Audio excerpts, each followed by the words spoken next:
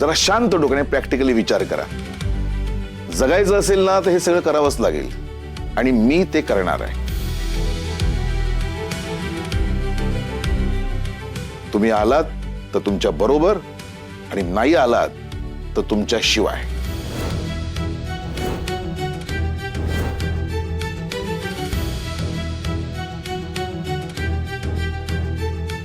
बाबा, मी आहे तुमच्या बरोबर. आम्ही नाही.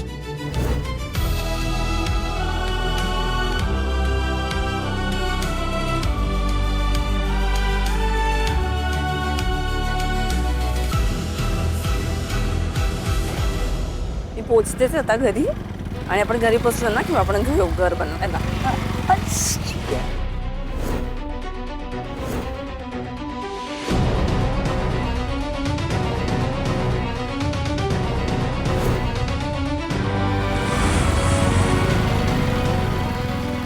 पावडर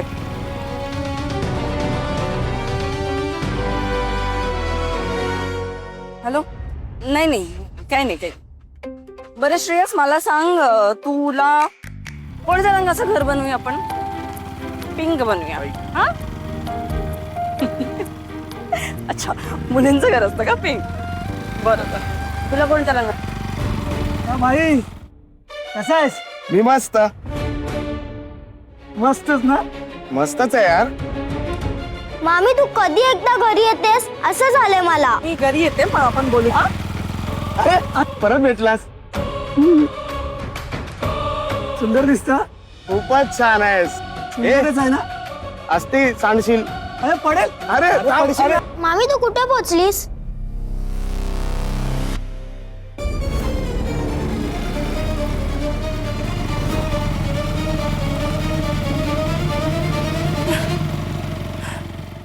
मामी तुला एवढा दम का लागतोय?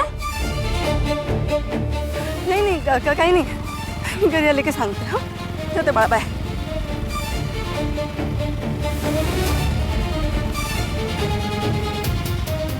मामा हे बघ. काय रे काय झालं? माहित नाही. मामी आधी तर माझ्याशी छान बोलत होती, मग नंतर तिला दम लागला आणि तिने फोन कट केला. फोन कट केला?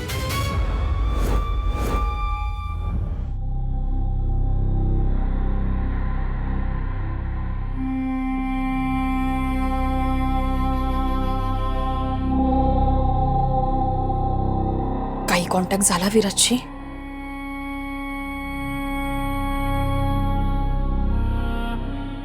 नचिकेत, वेळ फार महत्वाची आहे. हे सगळं ताजं आहे ना तोपर्यंतच कॉन्टॅक्ट व्हायला हवा. गोष्टी जुन्या झाल्या तर हातातून निघून जातील. अरे मला कळतंय तू काय म्हणतेस ते, पण कसा कॉन्टॅक्ट करायचा त्यांना? फोन केला तर फोनवर अवेलेबल नाही होत. त्यांच्या ऑफिसमध्ये भेटायला गेलो तर तिथेही मला भेटले नाहीत. मला ना दुसरा कुठला मार्गच दिसत नाही त्यांना कॉन्टॅक्ट करण्याचा. एक मार्ग आहे, तोही हुकमी.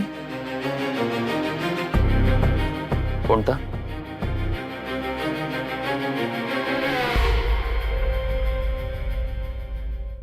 अर्पिता.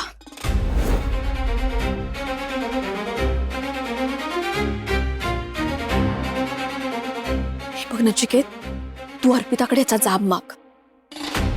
तिला सांग हे जे काही सगळं झालंय ना हे सगळं तुझ्यामुळे झालंय आणि आता तूच निस्तरून दे. आमच्याकडे दुसरा ऑप्शन नाहीये.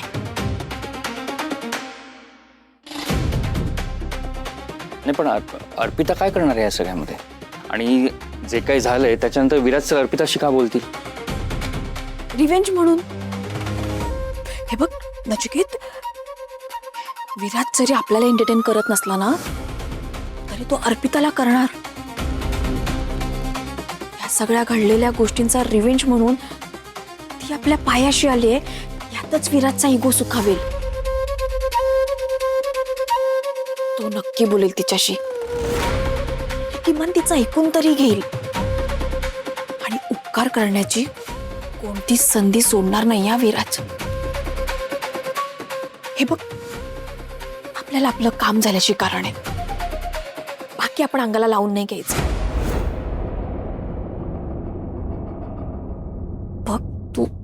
तू विचार कर.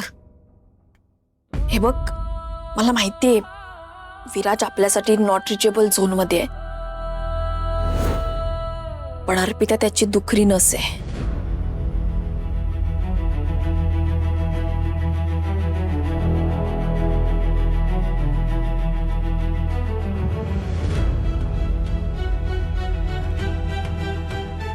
नचिकेत, हे बघ, तू हे केलं नाहीस तर बाबा तुला डबे पोचवायला लावतील. अरे आता अख्खं घर तुझ्यावर अवलंबून आहे. आपला संसार, गौरी, तिच्या भविष्याचं काय? नचिकेत, एकदा वय वाढलं ना की दुसरी नोकरी मिळणंही जड जाईल. अरे नचिकेत, अरे सगळ्यांचा विचार कर. एकदा डोळ्यासमोर आणून बघ की बिन नोकरीचा तू वणवण फिरतोयस.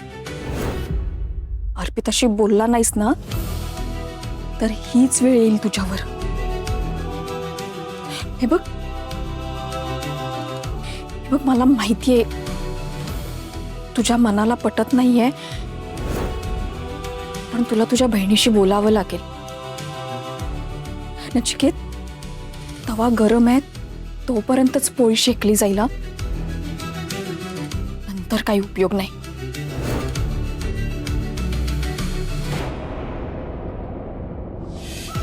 बोलतो मी तिच्याशी.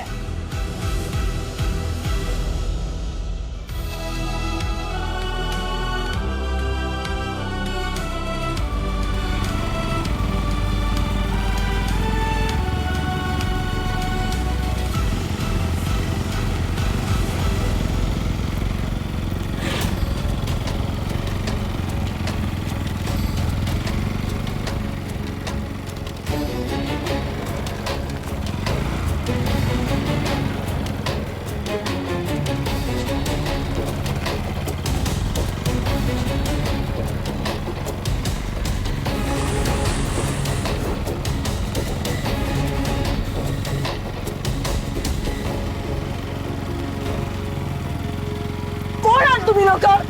का माझा पाठला करते? सोडा माझी वाट.